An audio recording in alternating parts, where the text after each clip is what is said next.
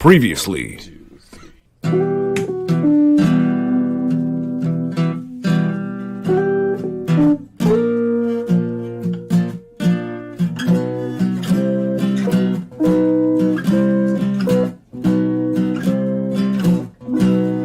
X-Rated, the X-Men animated review show. And the only way to ensure your obedience, to keep you all safe, is for there to be penalties. Welcome to X-Rated, the X-Men animated review show. X-Rated Evolution. Where everyone is safe. This is a safe place for everybody. Speak for yourself. What's with this cheap dump anyway? I don't know about cheap. Dump. Okay, I'll take that. I'll take dump.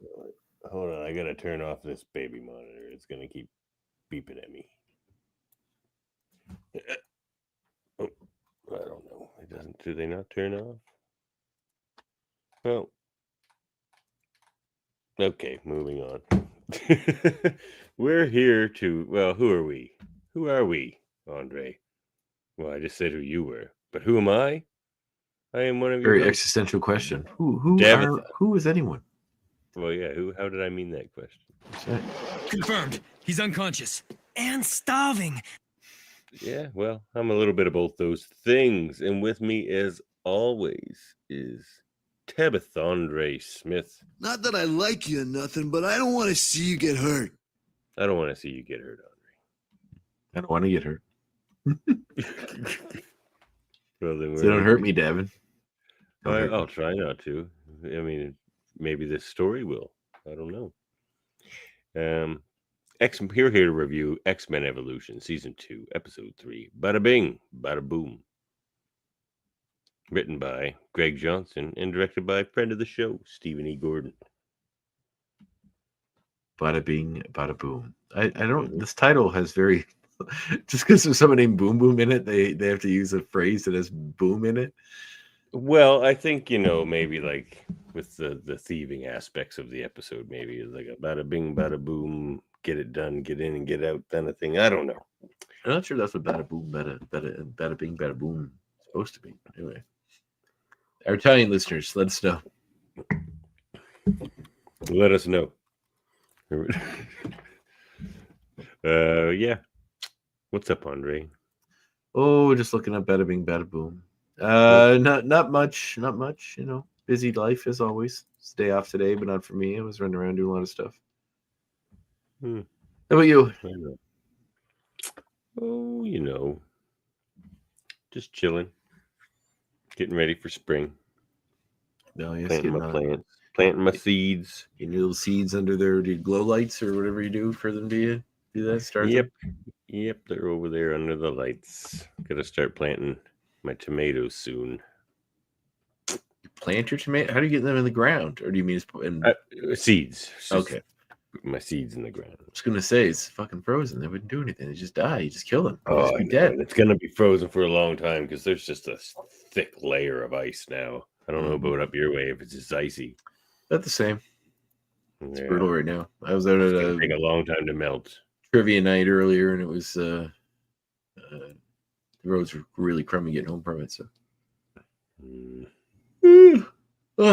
I'm tired. So let's get this going.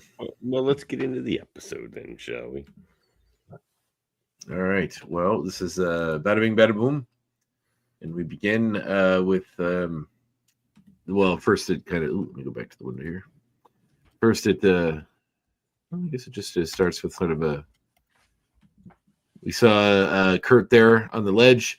The X-Men are doing a training on the cliffs. Basically they're pretending. Nightcrawler's trying to be the victim, so he's trying to be passed out, and he's hungry, as he says. And Boom Boom is supposed to go to one of the new recruits. Boom Boom is supposed to go down and rescue him when she's distracted by listening to music. Wolverine gets mad at her, tells her to go off and do her thing. She comes down. She has this very blasé, devil may care sort of attitude with everything. I like her. I like her moxie. I kind of do too, actually, because she honestly, I feel like she's good for Nightcrawler because she makes him not feel so subconscious about being blue. Yeah, it's true. So she, man, Boom Boom, you placed my life in the hands of a maniac? Yes. She comes down and Like she was blasts- messing with everybody last episode where they first appeared? Yep. Or the episode before, maybe at the end. That was last episode. Okay, yeah, like she was even causing mischief in that episode. Like she was like kind of She people. Oh yeah, for sure. So she rides down acting all careless, makes a joke about that Kurt can change his name from Nightcrawler to Wild Blue Yonder Boy, which is a terrible name. I have that here. Hold on. Nightcrawler, huh? That name's just not working for you. I'm sorry. Whoa! How about Wild Blue Yonder Boy? I like the voice actress that does her a lot too. She is good. So she gets Kurt in the stretcher and starts bringing him up. She also calls Wolverine Badger. I got that too. Yo, Right. Badger, tug us up! It's Wolverine. Yo, Badger, tuck us up. Like she didn't even bother learning Wolverine's name, which I think is kind of funny. Or if she, like, I do think this character actually maybe does know these things. She did. Maybe I'm reading into this, but it's just all sort of a front. This sort of attitude, as you'll find out more about her life later. to keep people at bay so they don't figure out about her life and that kind of thing. Kurt, It's the old story as it goes. Kurt falls out of the stretcher and then teleports back into the stretcher, saying that she lost 10 points because she didn't strap him in. And then they sort of start playing around, and she throws a few more of her little mini bombs from the side of the cliff, and then Kurt actually hits his head and knocks himself out and falls out of the stretcher. To his proverbial doom, however, Cyclops manages to shoot the rocks away in the water, so that he falls just in the water, and then Wolverine Badger does a crazy dive off the top, and Badger's a lot less scary sounding name than Wolverine. What about Badger Man? No, it's terrible. There was a character called the Badger. He's like part of Malibu Comics, I think, back in the day, or the Badger. But anyway, Wolverine goes in and saves him. Then the whole crew, I guess I could use this to do it. Then this is where she loses the points. You get the intro. So he's rescued by Wolverine, and then the whole team is getting chewed out by Xavier for screwing up this exercise. She's doing her nails, so obviously this is how much she seems to care about this. He puts them on restrictions for 2 weeks for goofing around, which includes being grounded, no powers, and 2 sessions with Logan daily. I like how spending time with Wolverine is always just a punishment in this show. Pretty much, yeah. She's going to say something, but Kurt stops her. We then see where the Brotherhood live, which is an erect old house. Toad's eating fly. Like, obviously the Brotherhood was sort of kept in line by Mystique in this place, but now that Mystique is gone, they sort of just turned the place into a pigsty because they're just a bunch of teenage boys with nobody looking after the place. Toad's eating flies. Pietro rushes in, checks all the cabinets, complains they don't have any food, which is ridiculous. Like they're so he's a speedster. He literally we just needed some serious corn, and I know where to get it. We were saying about being a speedster. Well, he can just go to the store. Like, obviously, he has loose morals. He can just go to the store and steal whatever he wants off the shelves. No one ever catch him. He may have loose morals, but he is not a thief, sir. Yeah, and how dare you label him? Pretty sure as he such. would be. I'm pretty sure he's a thief. Yeah, I'll label him. I'm pretty sure. They go upstairs, only to slam into something. Come down the stairs again. We find out they're trying to break into Mystique's room. They think there might be some money in there. That door's got to be made out of adamantium or something. Or something. Yeah, he's got like really like his voice is crazy. He's funny. I like it, but it's so different than what I expect Toad to sound like. They're not sure they should try to break in. Blob says because she might come back, and Toad says she's not coming back. But they get a big argument about that. I like the picture of Toad against the wall. Yeah, it's pretty funny. Yeah. And I like the relationship between him and Blob. This show is getting quite a bit better. It is. Now that we got some time with the characters, I guess. Nice stained glass window door, though. Look at that nice stained glass in the door. It is nice.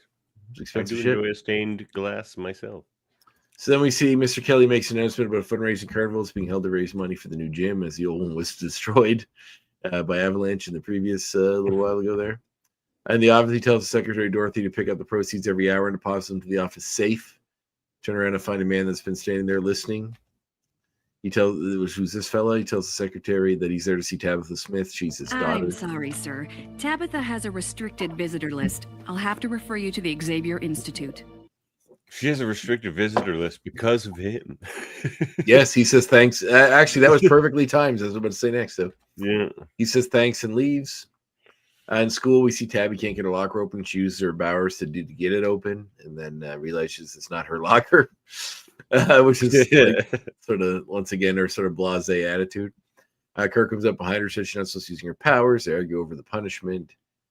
She snatches his burger bomb and his social studies book. Both without really asking, takes off. Kurt stands there with a sappy look on his face because he's kind of starting to fall in love with her, as we start to see.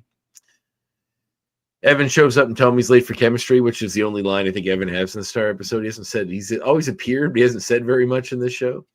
Aside from the first episode he was in, that's really the only one he talked in. Yeah. At lunch, we see Gene is still hanging out with Duncan and his friends at the table. Scott and sitting together talking about the carnival. Duncan. The proverbial we all know is going to become some kind of a bad guy in the show guy. So Gene, Kurt sees, yeah. You think he's going to become a bad guy? Well, but he's not a mutant. What's he no, but do? like a human bad guy. It'll be like the Friends of Humanity, President Kelly, or it'll be like the Friend of Humanity guy at the school. It's my theory. Interesting prediction. Once they find out about mutants, which we know is coming. Kurt sees Tab, calls her over. She gives him back his book, tries to snatch his drink. Let me get back to this. I'm getting a little ahead of my pictures. So yeah. Gut bombs. I love these. That's later, but gut bombs. But yeah, her daddy shows up. Yeah, I don't have that here, which is weird. Oh wait, no, I did skip that part. Sorry. So she runs into her dad in the hallway, asks what he's doing there. He tells her that it took him 2 months to track her down. She tells him to leave her alone and starts to walk off. He tells her that her mom and him are trying to work things out and they can't do it without her. And she says try and leaves. So obviously there's some kind of relationship with her dad that's problematic. Gut bombs. I love these. When Tabitha gives Kurt back his book, we see that she's doodled all over it, which is kind of cute. We do see her having a bit of they have a great relationship. Yeah, like I would like to see these two get together. I mean, they still might, like Avalanche and Kitty still hang out. Yes, that's true. So while that's happening, Avalanche is starting to use his powers to get a soda to the machine. She shows up and uses hers to get soda to the machine, ruining the machine in the process. And he says that she fit right into the Brotherhood. She laughs and as if she'd want to, and then leaves. At the X Institute, we see Tabitha's father talking to Xavier, that she can't see her. He says that her mom made specific instructions that he wasn't allowed to see her. He said he'll go to the media and tell them what's going on here. Wolverine shows up. I have a feeling him and the mom maybe not working it out. Probably not. I think he has something he just said to get her to. But basically threatened to go to the media unless he can see her. When he grabs Xavier's his collar or something, Wolverine shows up and says he's going to take his hand off, put it in a jar on his desk, which is like pretty aggressive language for a kid's show. Although I'd love to see just like in the middle of the show, Wolverine cut someone's hand off. He was upset. Tabitha does see her dad talking to Xavier. They talk in the library. We find out that he wants her to help him steal some money.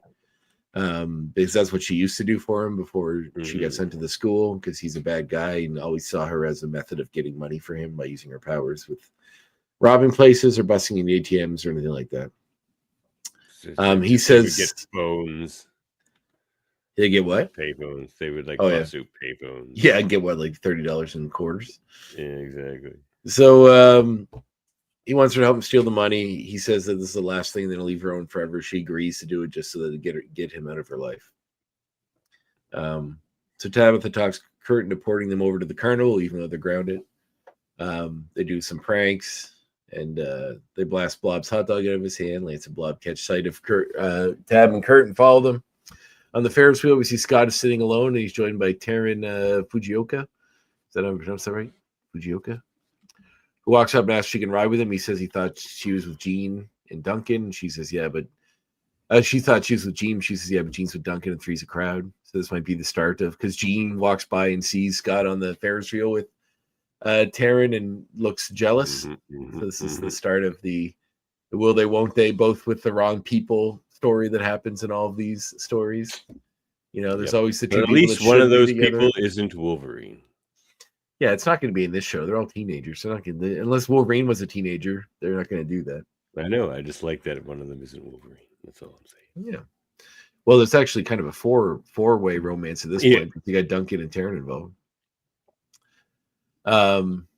And Rogue a little bit too. Yeah, a little bit. So it's like I said, it's very teen drama. It's Dawson's Creek, but with powers. Which might be a dated reference, but I'm guessing if you're listening to this podcast, you're into references like this. You will get. This was probably out at the exact same time as the Creek. Yeah, probably Late Creek, season Creek. Late 90s was good. That wasn't it? I think it was when I was in high school. Yeah, but went for quite a few seasons. I don't want to wait for our lives to be over. I used to watch the Creek. I did not watch it. Starring famed Canadian Joshua Jackson. Yeah. Former husband of our pick for Storm, Jodie Turner-Smith. Famed dater of beautiful women. And actually, he was one of my favorite TV shows of the past that I don't hear talked about enough was Fringe, that he was in, which is a really good show. I like the show. I love Fringe. So, from the top of the Ferris wheel, I guess I should catch up with this. That's her threatening her dad. This is her taking him to the Ferris wheel. The scrambler. Right, she used her powers to make the scrambler go faster and make kids sick. Oh my God, I took Edith, she was 3. I took her down to the carnival when it came to the waterfront here. And the first thing we went on, I didn't even think about it. I just took her on the scrambler. It's the first thing we did when we got there. And she just took it very well, but I was like, wow, I should have warmed up. Yeah, maybe. Put on the teacups first or something. Yeah, something. I remember I was on one of those, and there's a kid with me, and he I went on by myself, and there's a kid that wanted to go on. He was small, and they put him with me, and he started freaking out about halfway through, and they just stopped the ride and let him off. Oh, did you make him uncomfortable? No, shut up. No, the ride, though. He couldn't handle the ride. Jesus Christ. Well, kids usually enjoy the scrambler. Well, I don't know if the scrambler or some of the ride. Hey, man, Scrambler gets going. Scrambler's not that bad. I think it was the Space Out, maybe. That's the one with the one you're standing up and it goes like this. It's like a UFO kind of. Anyway, these are very specific references to the exhibition that comes around the Maritime. So Berlin shows. Yeah. So from the Ferris wheel, Scott sees Tabitha and Kurt porting around. Knows that they're out when they shouldn't be. We see, of course, her dad is there. His plan is to steal the carnival's door, like the money they make at the carnival. That's what he wants her to be part of. Big score. She thought she was just coming to rip off a couple of small ATMs or something. But nope, he's going for a big score. She grazes the duo, but Blob and Lance have been listening to what they're saying, and they think their financial troubles may be over. So Kirk is on time to see Tab with their father walking towards the school. He finds Scott, and they both go to find the other ex-kids to help Tabitha. After Tab and her father take the money, the Brotherhood ambush them. Toad takes off with the money. They'll wear the costumes. I like how everyone has the costumes except Blob just has regular clothes.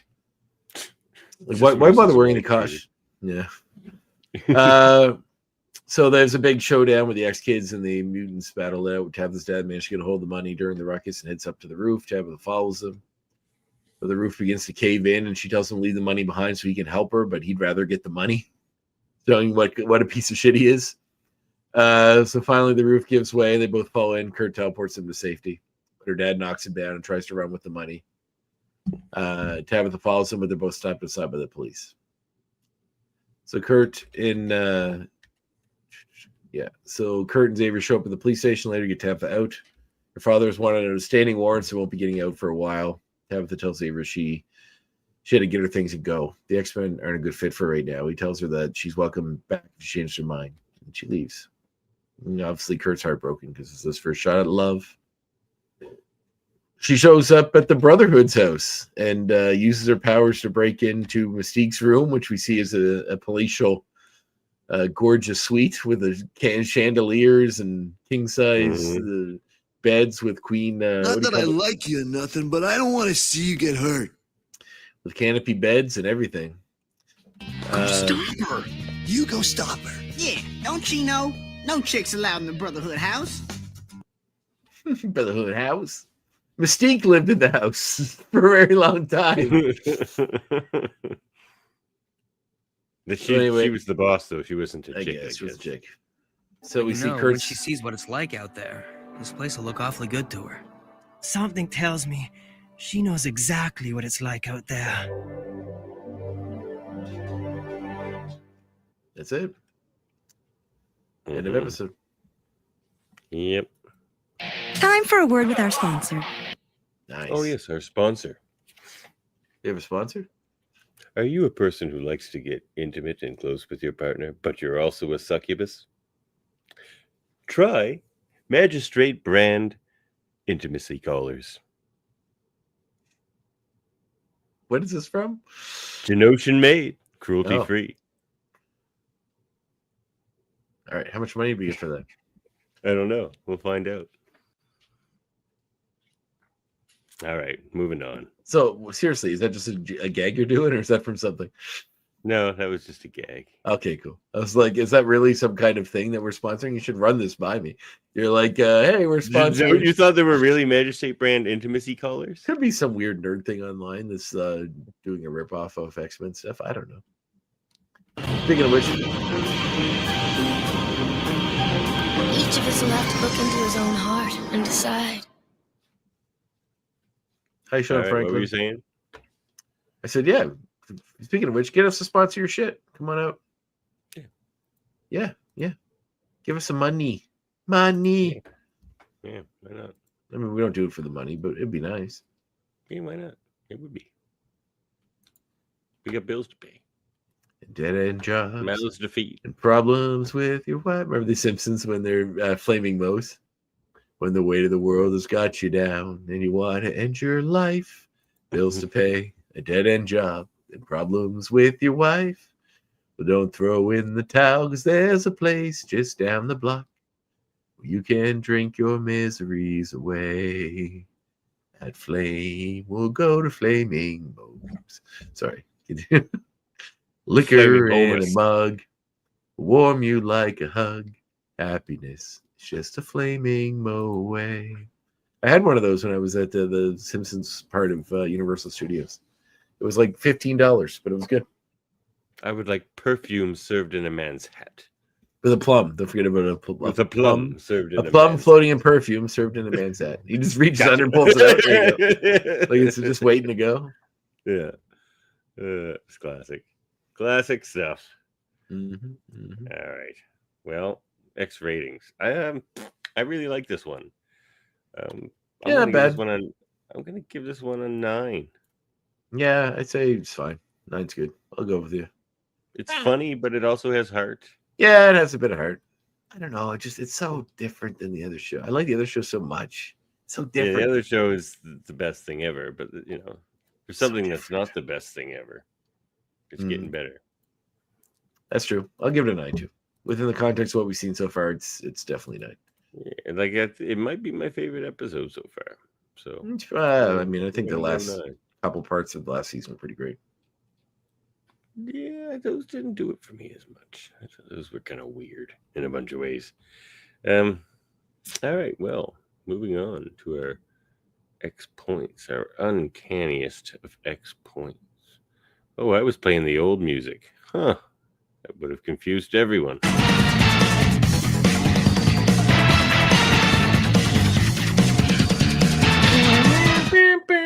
Boom, boom, boom, boom. All right. Well, uncanny X points. Well, here I'll start. Did you notice that Larry Houston's still involved in this show? He's doing storyboards. He's a storyboard artist. Larry H. Yeah, Larry H. The great. The Lairster. Mm-hmm. All right, over to you. Oh shoot, we're doing stuff. We're doing a thing. All of the New Mutants talking appear. about Larry H. out of the blue. All the New Mutants appear in this. Out of the episode. great blue yonder. They're all hanging around with Boom Boom, and she's listening to her headphones. You see the entire original cast of the New Mutants. However, none of them say anything. It's just Tabitha's doing the Toxins episode. So far, I can't wait for the New Mutants episodes. You Magic just got one. though. Boom Boom's in it. It happened right now. True, I never saw her as much. She was with the New Mutants for a while, but I always saw her more as like with X Factor. She was always hanging out with that X original Force. X-Factor. She's always in X Force. No, but before that, she always hung around with X Factor, like Too many Cyclops' X fucking Factor mutant team. teams. Yeah, Too well, many she's been mutant around a long teams. time. Like she first started in X. She didn't first appear in X Factor, I don't think. It might have been in Fallen Angels. Like she was in Fallen Angels, and she was like one of the main characters in Exterminators and those kinds of series too. Boom Boom's been around a long time. Fallen Angels was going to be my recommendation. Actually, I forgot about that. Yeah. but now it's not. So go check that out. Go check out Fallen Angels. It's like where Bobby Roberto like strikes down Cannonball and out of anger. Then he finds out that Xavier is worried that he might go bad. You know, and that makes him mad and makes him sort of go bad for a little bit in a way. So, you know, kind of reminiscent of where they went with his character in X-Men 97. But, Makes sense. Yeah, check out Fallen Angels. My second next point, Arcade shows up again in the background, hanging around. So What? I believe the next episode is when we see him actually become Arcade. So they're teasing us that. We talked about this a couple episodes ago. There's a kid in the background in the that was Arcade. We're getting an Arcade episode next episode? Yeah, it's the next You episode. kidding me? Yeah. Oh my god, I'm excited about that. There you go. Fun and Games, I think it's called. Oh wow. Okay. Well, my next X point is the fuzzy dude. He says it again. It's almost a catchphrase for Nightcrawler now. Yeah, It's the chick stick the fuzzy dude. Yeah. Yeah. I think it's Fuzzy that's- Dude. It's just his accent makes it sound like The way he Fuzzy. says fuzzy. I like saying It's not like fuzzy. Fozzie That's what it Bear. sounds like. Yeah, he's a fuzzy dude. Stick the fuzzy dude. Yeah. That's it's a catchphrase. It's a good one. This Thank you. episode is the second episode of the series when X-Man is not the main character. What's the first? Rogue before she's an X-Man? I think so, yeah. Oh no, I don't think they ever had a. Or there's a Mystique one, wasn't there, when she was like the main character? I think there's an episode with Mystique that she was mostly the main dude. Well, something that's kind of my next point is something that's kind of a reference to the time. Is Toad makes a "Who Wants to Be a Millionaire" reference? Right. Is that your final answer? Yeah. Very, very reminiscent of the time period. Yeah. The title of this episode, Bada-Bing. Who wants to be a millionaire? It's not a bad impersonation of Regis Philbin. The title of this episode is Bada-Bing, Bada-Boom, which immediately reminded me of the D Space Nine episode, Bada-Bing, Bada-Bang, from season 7, episode 15. That's a great episode. That's the where they're Vic doing the episode, heist isn't it? on the holodeck. They're doing the heist on the Vic holodeck. Fontaine episode. Oh yeah, one of the best ones. Maybe the best holodeck episode ever. Love it.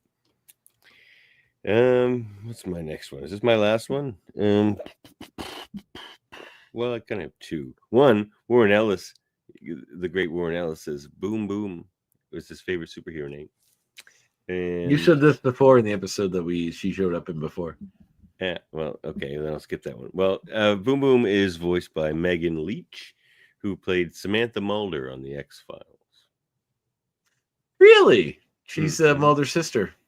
Mm-hmm. That's funny. That's really interesting. I did not know that. That's a good point. Cool. Yeah, that's a show I've been meaning to go back and revisit. I got one more point. I had it here. Where'd it go? One more. Yes. So I don't think this is true, but when I was looking up some facts about this episode, one of the facts was the title of this episode is a reference to a Wiggles song called Bada-Bum, Bad-Dum-Bum, Bum-da-Bum, which I don't think is that true. I think it's hilarious that somebody bothered to write this down on a wiki page somewhere. Were Wiggles around back then? Yeah, they've been around forever. Okay. That seems weird. Agreed. Do any of the Brotherhood have parents other than Not referenced? Because like they just live in this shitty house and they have no money and they're starving. It's just like, does anybody care? Apparently not. Where are the parents of these kids? I don't know. I need more backstory on the Brotherhood, I think. All right, well, that's our X points. Next. Hey, check it.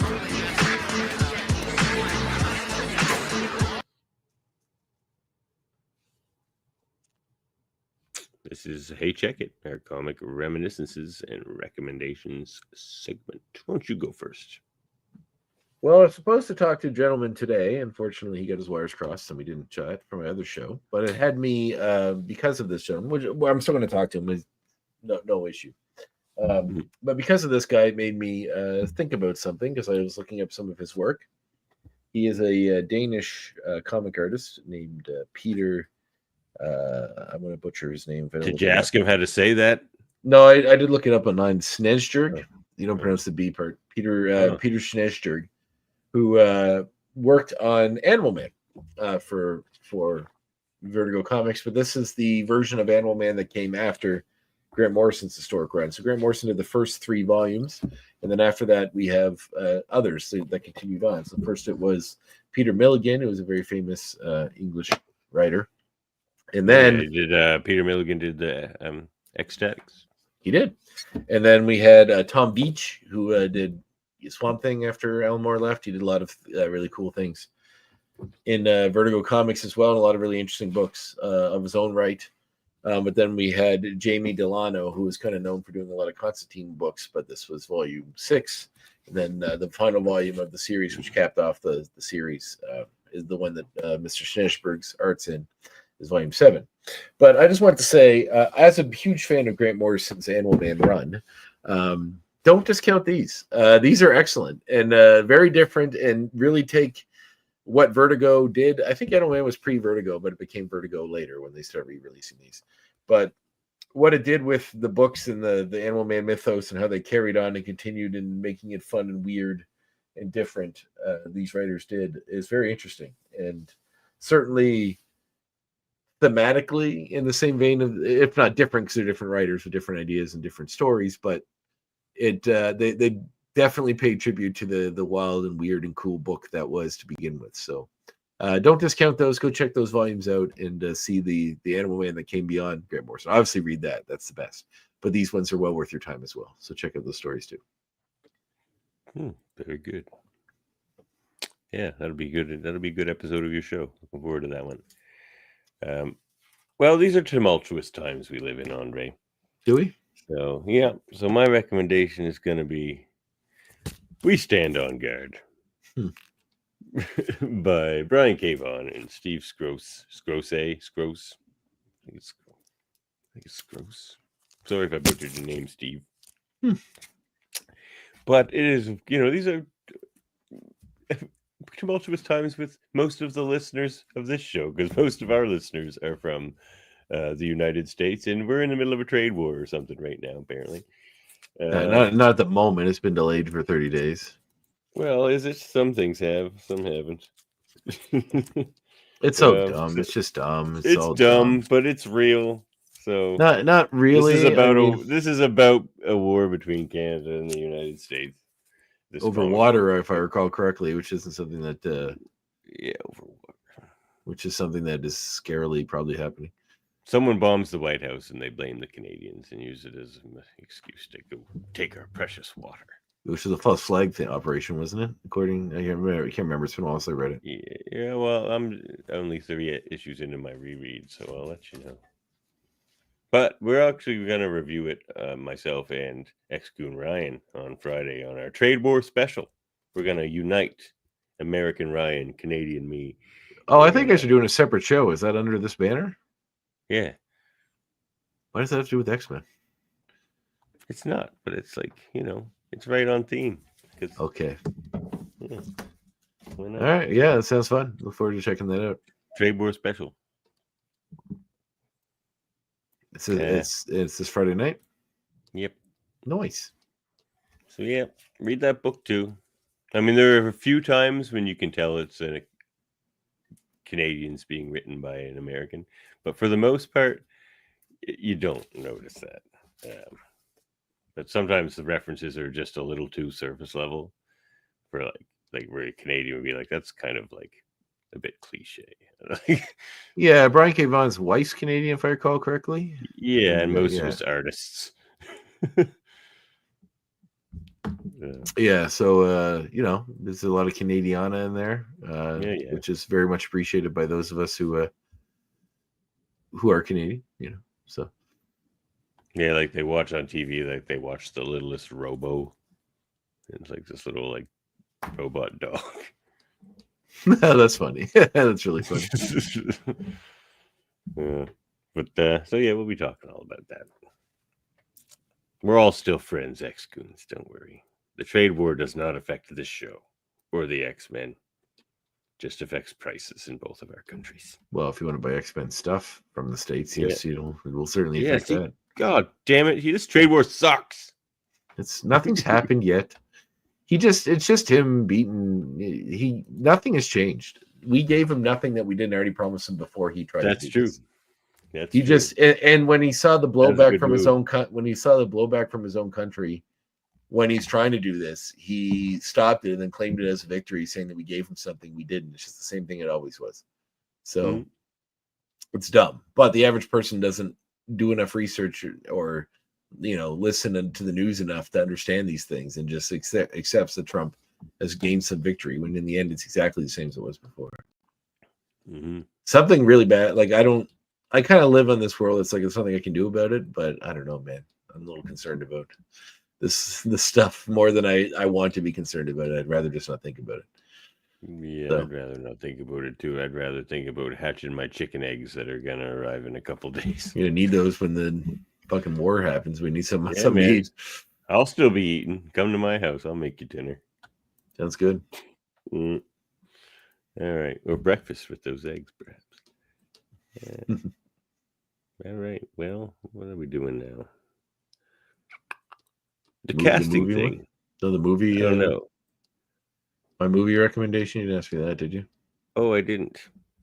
Hold on.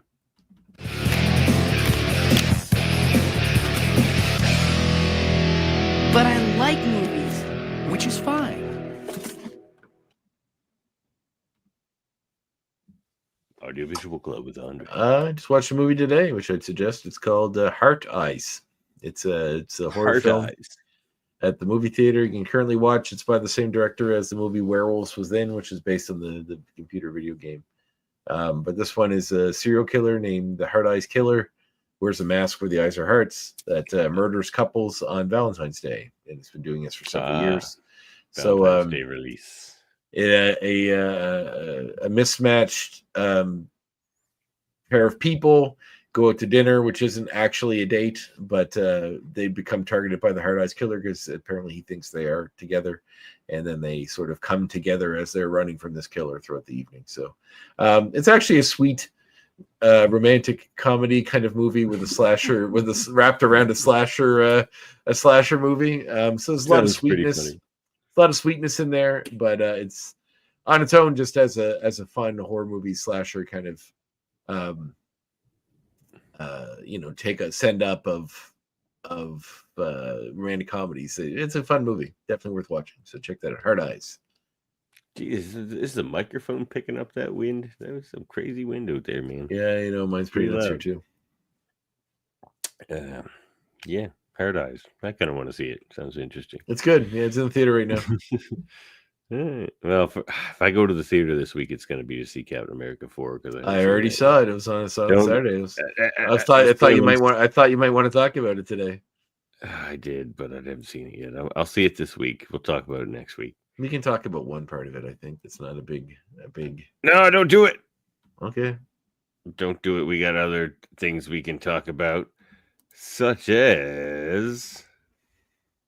I'm Peter Parker. How about you?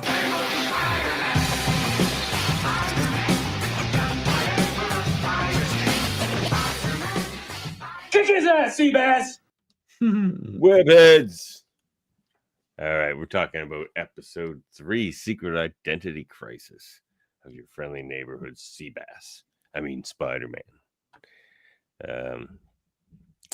Yeah, it's a fun episode.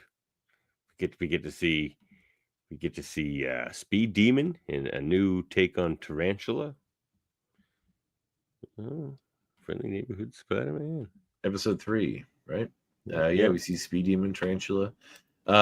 Yeah, no, it's super cool. I've actually just finished catching up on it. Actually, no, I'm not totally finished catching up on it. But yeah, this show has completely turned me around. It's excellent. It's great. I really love it. It's every part of it is pretty great. It's got a rich in-world universe building around it. I'm glad. I was a little taken aback by your hesitance at first. Well, there's so many goddamn, like, it's just all a high school drama instead of an actual superhero show. And this has very quickly become a superhero show. So which is what I wanted. Good music and cool characters. I love the animation. And like the character design, they go dark. Like the second last episode I just watched is pretty dark. And oh wow, yeah, it's great. Which is great. And the way they're building their relationships, it's a little different, but it's familiar, which I like. So it's a fun ride. We get lots of nods to the history of Marvel comics, Spider-Man comics specifically, including all these different characters that keep showing up in costumes and little nods to different things. The show even made me like Harry Osborn, and I've always hated Harry in every iteration of everything. I've never liked he's great Harry in this Osborn, but I like this Harry Osborn. I guess we shouldn't get too far ahead of ourselves. Just talk about this episode. No, talk about this episode. Yeah, Secret so Identity Crisis. We see Norman, and Spider-Man starting to work together here, which is good. We see Tombstone not Tombstone yet, but Lonnie Lincoln getting taken in by Big Donovan and his gang to protect his brother. Don. His brother Andre. So Andres always get people into trouble, as we learn. Yeah, man, don't they? There's troubles on this show too. Man, Lonnie's downfall is just so sad. It is pretty sad, actually, although we all know where it's going. Once you met him on the show, you're like, well. You're like, what a great guy. Oh, your name's Lonnie Lincoln. Damn it. Yeah, but it's real too. Like he's just trying to save his brother, and yeah, but then he starts liking it. So it's a familiar thing. Mm-hmm. But yeah, no, I really dig it. Like this might, depending on how, I'm assuming this show's going to go on for a while. So I hope so. It might supplant the Spectacular Spider-Man as my favorite Spider-Man cartoon. Assuming it's got potential, eh? It's got potential. It's you like Spectacular better than TAS, eh?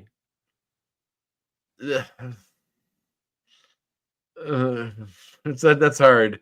I guess aside from TAS, it's the best one. But TAS, yeah, I don't know. There's something TAS went for so long. There's something about Spectacular that was really, I don't know. It had a lot of heart, and it was really cool how they connected all of the characters in the way they did. But they're doing that in this, and maybe that's why I like it, because there's all these characters that keep showing up. They're sort of connecting in roundabout ways, and this is coming later, but the Unicorn character and all of her Russian associates are all in themselves other Spider-Man villains, and we're going to start seeing that. I know one particular one is showing up in the episode I'm just about to watch. So, obviously the Rhino is coming because the guy that was with her is that. So we'll get into all that, I guess, later. But yeah, it's just cool, man. A bunch of stuff I want to talk about, but we'll wait till we get there. Yeah, all of the characters are really cool. They all seem really lived in. The world seems really neat, and I really like what they're doing with it. And I love that all the stuff's going on around it. It's kind of the opposite of my big hang up with this show, like the one we're doing now with the X-Men show, is that it's also insular about this little high school thing, but this one has such a wider world, and the implications of it are playing into everything. Like in this world, we're getting the Sokovia Accords and the Avengers breaking up. It's not really part of Spider-Man's story, but it's reminiscent of. There's elements of Spider-Man's personal story that are connected to that, and characters that are, so you see this wider lived-in world and all these nods. It's funny because in the intro to the show, you see a character that's in shadow looking down over Spider-Man. You just see his eyes, and the eyes are mismatched colors. And I was thinking, oh, well, that must be Norman Osborn or the villain. And I noticed in the show that it's the Scorpion, because his eyes are the same. They're mismatched. The colors are a little different on both eyes. So each eye, which is neat. And that character's great too. Cool in this too. Yeah, he's very cool in this. They certainly upgrade. And this guy showed up again. Yeah, he was in the Spider-Man show too. The movie. Do In the a flip, movies, Spider-Man. yeah. Yeah. And even having Okay. like in a future episode coming up, Charlie Cox is Daredevil, which is really cool. He's doing the voice of Daredevil. So I've it seen really that episode already. So did I. It's great. I'm right up until episode 8 is where I'm at. The newest. Yeah. So they'll probably drop like the rest of the friggin' show on Wednesday. I'm about halfway through that episode because Iron Man just showed up briefly. So, which is cool. Man, this show's so good. I think it has potential to be my favorite Spider-Man show too. It's pretty great, I must say. I really, really like it. The animation is really cool. Rework. Like well, how it's they like they shuffle the world to make it not telling the same story again doesn't always work. And even like the Spider-Man costume that's built for him by Norman Osborn is like his Future Foundation costume, which is kind of cool. Like it's just all very like it's just, and then he's trying all those other identity crises, which is from that storyline in the comics where he was like trying to hide from Norman Osborn, wasn't he? Which is why he had all these different versions of the costume. The identity crisis story from Spider-Man. Well, it's because they thought Peter Parker was dead, wasn't it? So he was like, I think so. So when they had that the May Spider-Man, or not May, the Maddie Spider-Man, Jameson's niece or something, or Spider-Woman. Yeah, Maddie Franklin. Yeah. Like Spider-Man getting saved by the glider. Like Norman he's building his own tech outside of Spider-Man, and it's all very cool. That is Ross. It's all lovely. Yep, love it. Great show. Look forward to the next Webheads to talk about the next one. But we should rate this episode, and we forgot to rate last episode. We did it after the fact, so but we both gave it a 9. Episode 2. This one's a 10. Yeah. I think they're all 10s after this one. So I think they are too. Yeah, for me anyway. We haven't talked about him yet, but Doc Ock is so good. Doc Ock's my favorite villain, and this is probably the best portrayal of Doc Ock we've ever had. The guy that does this voice, I'm a big fan of too. He was the main character on the show Hannibal. Hugh Darcy or Dancy. He on the show Hannibal. He played Will Graham, the Brian Fuller show, and he's fantastic in that. Yeah, no, this show's great. If you're not watching it, you're crazy. And you should go. And I know I'm not going to give anything away because I don't want Davin to. No, I don't want Davin. I don't want to ruin Davin's night. But I'm going to read my letterbox review for Captain America. Go check out Andre's letterbox for all. No, I'm going to read it for you. Oh, yeah, I do watch a lot of movies now. Yeah, won't that spoil it? No, I don't give spoilers on it. Okay. They have to cool it with the reels and trailers. You pretty much saw the entire movie already if you happen to see most of those, which were really hard to avoid. No, like they show you almost everything in those, like those reels and trailers show up on social media. It's a fun political thriller that isn't as good as The Winter Soldier, but elevated significantly by Anthony Mackie, Harrison Ford, and the whole cast, actually. I gave it 3.5 stars out of 5. I like Mackie's cap a lot. His first move is always de-escalation, and the attention paid to that fact and the character's history as a counselor is excellent. Deeper themes about guilt, second chances, and the pressure of representation were sneakily inserted and much appreciated. That's it. So nice. That's what I was hoping for from the movie, so I'm looking forward to it. And I've heard Harrison Ford's really good in it. He is really good in it. All right. Well, I'm looking forward to seeing that this week. Maybe tomorrow night. Tomorrow night's cheap night. Maybe I'll go. Well, all right. Should we get out of here? Well, do you want to talk about casting for a minute? Because well, let me just play the music. Why not? Are we casting what you drinking there? Oh, just water, fizzy water.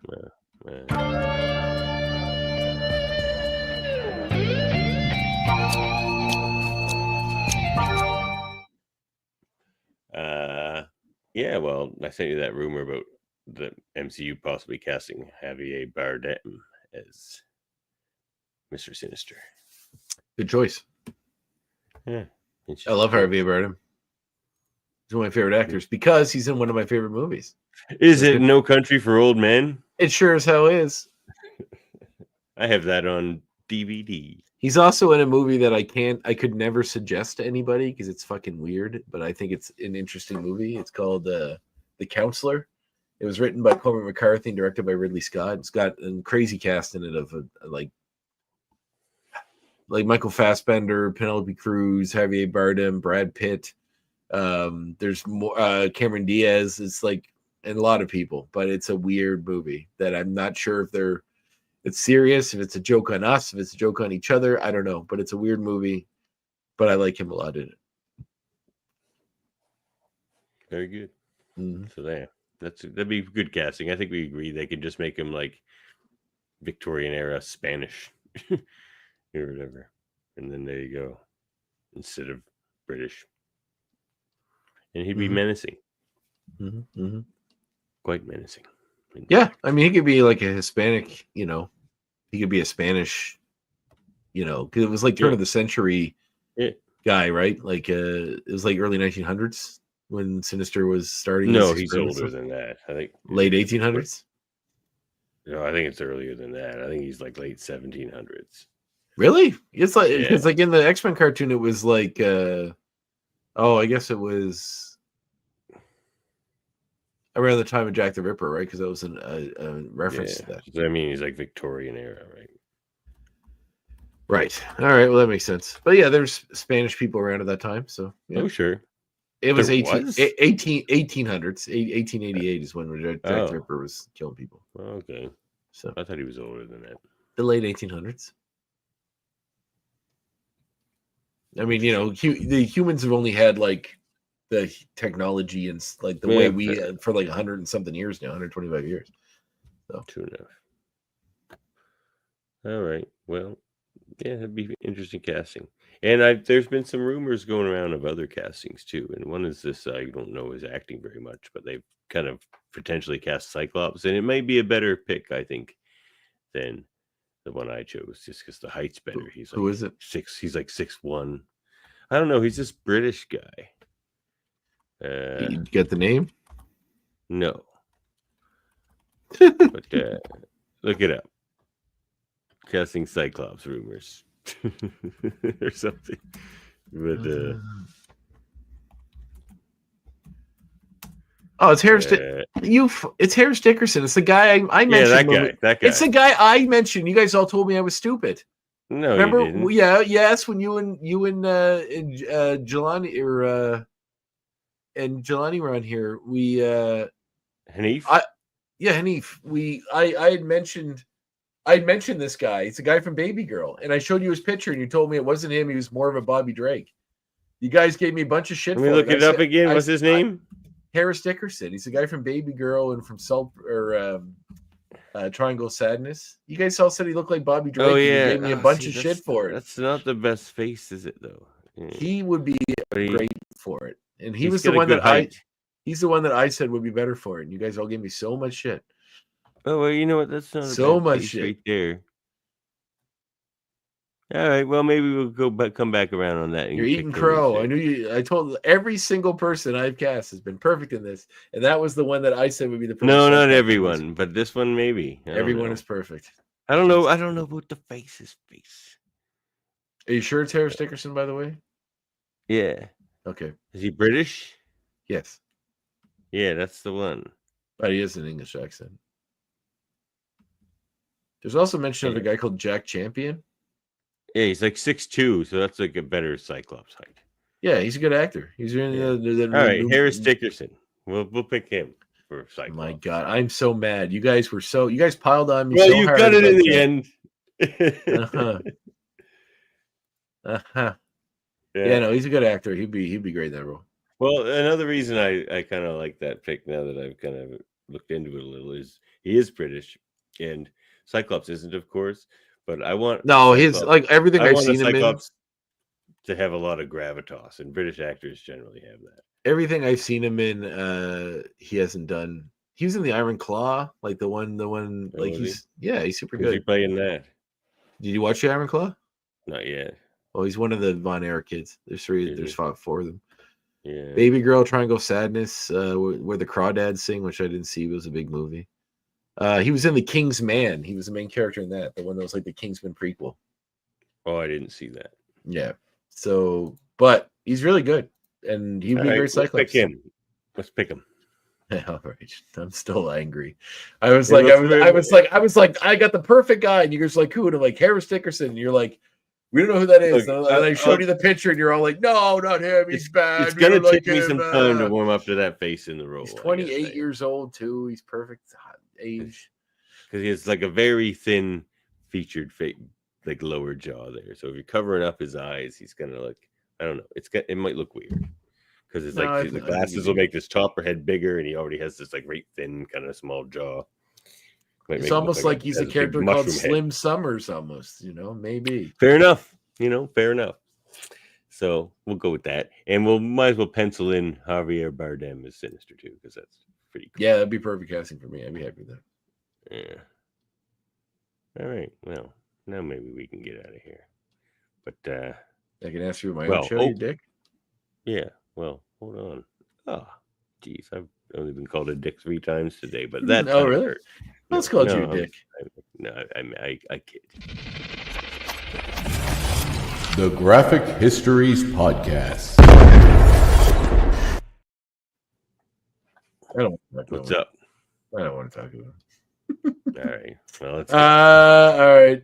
Yeah, I know the new episode just dropped today with Jason Strutz, and the next episode is with I believe it is with.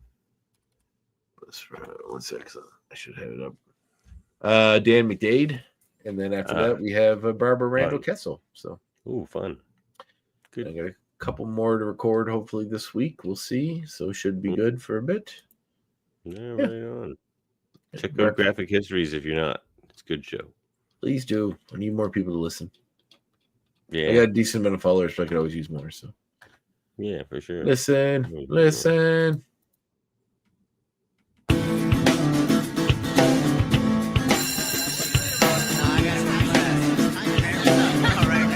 Wait, you're forgetting your homework. Your homework is to watch episode 4 of season 2, X-Men Evolution, Fun and Games. I can't believe it's going to be an arcade episode. I'm excited. In which we meet Arcade. Oh, that's crazy. I can't believe that. How's that going to work? Whose actual name in the show is, I just had it here. His name is Weber Torque. Is his real name. Tork. Torque. Okay, Weber Torque. Torque from Mork. Has Arcade ever had his real name said in the actual universe? I don't think so. Arcade X-Men. Let's look him up. He is no. He's like this secret assassin, A.R. Kandinsky, but I think that was he's created by Chris Claremont and John Byrne. Oh yeah. Let's see. Fictional characters. We'll talk about Arcade a lot next week. That's for sure. No, he doesn't seem to have any real name alias. Another favorite villain of mine for sure. I like the silly kind of 80s ones like Mojo and. Oh, I like the white suit with the big polka dot bow tie Arcade. It's great.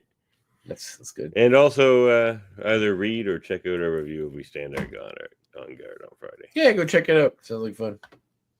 Yeah, why not? You can support the show at patreon.com/X-Men Review Show. Get merch at redbubble.com/people/X-Men Review Show/shop. Or contact us at xmenreviewshow@gmail.com and find our audio-only version wherever you get your podcasts. And of course, please like, review, subscribe. Send us money. No, that's okay. Stick us in a murderous world of your own design. Have us jump through hoops for your entertainment. Maybe do that next week. It'll be more on brand next week. Instead of an emotional murderous, so like well, you can make it an emotional one too. But all right, I'm ready. You want to ascend? To go to the next level?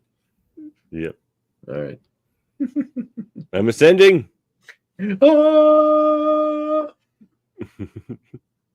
All proceeds will help cover the cost of rebuilding after last month's fire.